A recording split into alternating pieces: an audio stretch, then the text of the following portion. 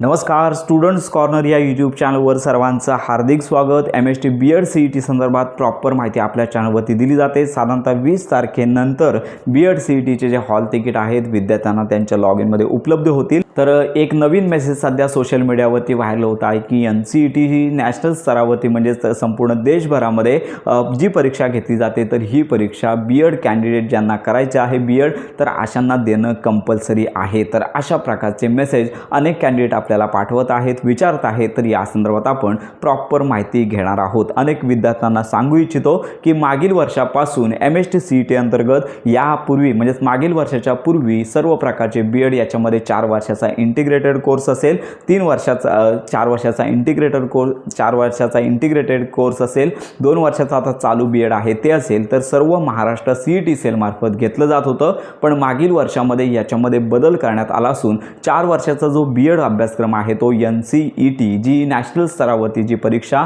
NTA म्हणजे national testing agency यांच्यामार्फत जी परीक्षा घेतली जाते या मार्फत हा कोर्स आहे त्याची प्रवेश प्रक्रिया राबवली जाते आणि साधारणतः याची शैक्षणिक पात्रता 12वी नंतर म्हणजे लक्षात घ्या 12वी नंतर हा BEd अभ्यासक्रम तुम्हाला करता येतो। जर तुम्हाला 4 वर्षाचा इंटिग्रेटेड BEd जर करायचा असेल तर अशाच विद्यार्थ्यांना ही नॅशनल स्तरावरची NCET जी परीक्षा आहे ती द्यावी लागणार आहे। संपूर्ण महाराष्ट्रामध्ये सध्याची जी अभ्यासक्रम प्रोसेस चालू आहे 2 वर्षाचं जनरल आणि ELCT जे अभ्यासक्रम आहे यासाठी या टेस्टची गरज नाही। तर ही आताची महत्त्वाची बातमी आहे।